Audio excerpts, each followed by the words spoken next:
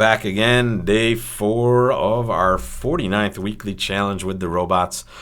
We're playing a non-best hand imp tournament, and it seems just as usual like we're, trading averages with our opponents. Maybe some small swings here or there. Maybe some surprises that we're not thinking about as we play this, but at this point, I'm in first chair vulnerable. I'm a passer. I have an 8 count. We'll see what happens. And, now it goes a club. What would you do with this hand, folks, if you were playing it? I'm already a passed hand. I don't double because I have a 5-card major. I don't really necessarily love bidding, but my shape in this venue, in this robot tournament, I'm getting in there because it's at the 1 level, and I don't hate anything my partner does. So I'm going to bid a spade. Partner bids a no trump. I'm going to offer up hearts. Let's try to find a fit in one of these suits. Partner chooses spades, and they pick clubs, so we're done, right? Wow, now they're going to pick more clubs? Look at this. Interesting. I like these auctions because the robots kind of are weird. I like when robots visit us and do weird stuff. Like this bid, super odd, right? They pass the entire time. And now partner's just competing, and they're like, okay, well, let me force you to a higher level. And what was 3 spades here? This was just, okay. Some look for no trump. So what I'm guessing here, first of all, I don't lead singleton trumps, right? So we stay away from that lead, and I don't lead away from diamonds, so I'm choosing hearts and spades. They didn't pick no trump at all. It sounds like partner might have like a doubleton small honor in spades, like ace king tight maybe, ace queen tight, I don't know. I'm going to lead a 4th best spade, though. There's nothing else to do. Partner looks like ace king tight. There's king.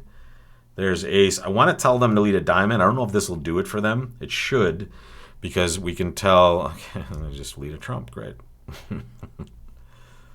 All right. Now Declare is going to draw some trump. That's going to be awesome for us. Not. I want to save an exit from my hand, so that's why I'm saving a spade. I certainly can't afford to pitch clubs. And now I'm just going to take that exit out of my hand. And look, they just draw. Oh my gosh. I can play the spade again. And here I'm trying not to block up I'm trying not to compress a heart if I can avoid it. And now I'm just going to play a diamond. I'm going to lead another heart here, see if partner has some shebang over there. That's nice. Lead a heart through. Let's go. We're certainly beating it, but I think we had maybe a chance at a trump trick if partner just leads a diamond to me. And I want to differentiate what my play in diamonds was. Oh, good. We got the queen of hearts, so plus 300 can't be too bad.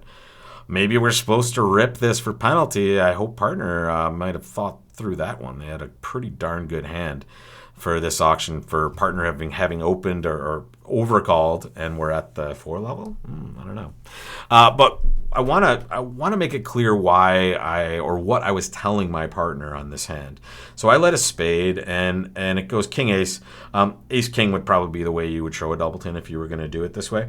But now it's gone king ace, and at this point, both of us should know partner has no spades left. And why do I know that? Well, because the auction told me that, right? So partner told me that, I guess on some occasions they could have a terrible raise with 3, but pretty much for the most part, this is a spot where partner has only 2 spades, right? And especially if they play it, in a way to show that. So when we both know that partner's not continuing a spade, right? So the card I play will tell them which of the other suits I would prefer that they lead. And the lowest suit is diamonds at this case, right? We're excluding spades, right? We're also excluding clubs, the trump suit. So there are 2 suits left. My 2 of spades is the lowest spade possible. I'm suggesting that I want partner to return the lowest ranking suit. So what can I do? Now I can get back in. I can put the jack of spades on the table. Now partner roughs that, and now we're plus 400 instead of plus 300. And honestly, let's be fair, I probably rip 4 clubs with that hand, right? They have 3 tricks in their hand. They're pretty sure all 3 are cashing, I would say. Maybe the club, but then they have 10, 9, 4 the clubs. I don't know. It's close. I certainly wasn't thinking about ripping it in my situation. I think if anyone was, North would, and that's where we belong. And wow, look at this hand. 1 no trump, 2 hearts by partner. which is hearts and a minor for the robots. That is at least 4 plus hearts and 5 plus of another suit, or 5 plus hearts and 4 plus another, or 5/5. So it's hearts and a minor. What minor is it most likely, folks? It's diamonds, right? I mean, we would think if it's clubs, it's even more amazing. How high do we go? It's a guess. Partner is distributional. The problem is if partner has short clubs, it's probably not that good because that means we have a lot of spade losers. But if partner has short spades, I mean, we might make a whole bunch of tricks on a hand like this. With the robots, I will tell you this. It's rare that they get in here with these hands without either values or a lot of shape. So I'm comfortable just bidding 4 hearts with this hand and hoping we're going to buy something reasonable. And I like buy. First of all, I love when I buy a true 5/5. And second of all, we bought some shortness, right? So it wasn't a total disaster. We do have 2 spade losers, but we might just be able to roll this thing on a couple of different lines. So let's start just by playing a low spade. Ace of spades. There's a spade back. And a heart. We love this. Let's play some hearts for sure. All right, draw some trump. Now the question is, where do we want to win this? And I think we're just going to win it in dummy, and that's beautiful. They're 2-2. And now we're just going to get to the business of trying to either set up the dummy or set up our hand. And I'm going to do that by just playing the ace of clubs and then roughing a club. And that's what I want to see. Yes, sir, right? We want to see that for sure. King of clubs is gone, and now we kind of know where the jack is as well. So now I just play the ace of diamonds. And now I'm going to do this for the robot's benefit. I'm going to kind of pretend like I'm taking a roughing finesse to see if I can get them to cover. They're not going to. I'm going to rough small. Now I'm going to play queen of clubs, pitching a diamond. Interesting. Now that it's over, by the way. I know it's over, folks, because this is the 3rd round of clubs, and I know clubs are 4-3 now. So what do I get to do? I get to play the 10 of clubs and rough it. There goes the jack. Boom, boom. This is why counting is awesome. Now you play a diamond, you rough that sucker. And if the king falls, you were okay anyway. But now, even if it didn't, I get to play my 9 of clubs, pitching a diamond, and now a rough. So this is a fun, it's not necessarily a cross rough. What we're really trying to do is set up one or really both of those side suits in some sort of way by getting a short rough in there. And as it turns out, it was an embarrassment of riches on this one because we just had king third to our left, right? So no matter what, if they didn't hop king, we're a little worse off, right? Because now we have to hope the diamonds are going to be reasonably distributed as well. So the hopping of the king and us getting to rough that was nice because now we get to cash queen, pitch one, rough one more out, and then that's the rest. Could they have beaten us? Let's find out. I don't think they can the way that, yeah, it doesn't look like they ever had a shot.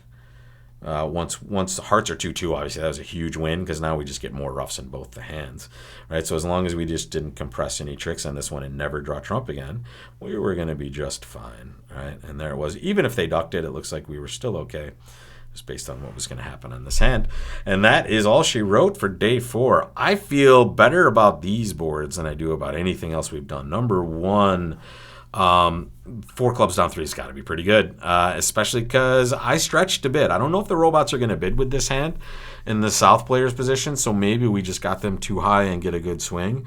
And honestly, I just think the fact that we bid 4 hearts on our 9 count over here and bought that dummy was a pretty good win for us. Okay, so let's see the second to last board we're going to deal with. Ooh, 2 passes to us. What do you think I'm going to open in this case? We're white-red in 3rd chair. Am I going to bid? Am I going to pass? Come back tomorrow and find out what I do. And also, don't forget, tons of content on bridgelesson.com. Really happy with all the stuff that's come out recently. More to follow, and all of it's in the details below here. So check that out, and I'll see you back here. And don't forget, we're getting towards the end of the week, folks. The weekend Pro-Am is always an option. If you haven't signed up for that, you sign up one time and you play always. And the Friday duplicate game, a live regular partnership duplicate game, 3:30 p.m. Fridays, with an analysis video right here on YouTube for you to take a look at after you're done playing. So join us for that and any of the classes on bridgelesson.com, or I'll see you right back here for another weekly challenge day, folks. It'll be day 5 and the results tomorrow. See you then.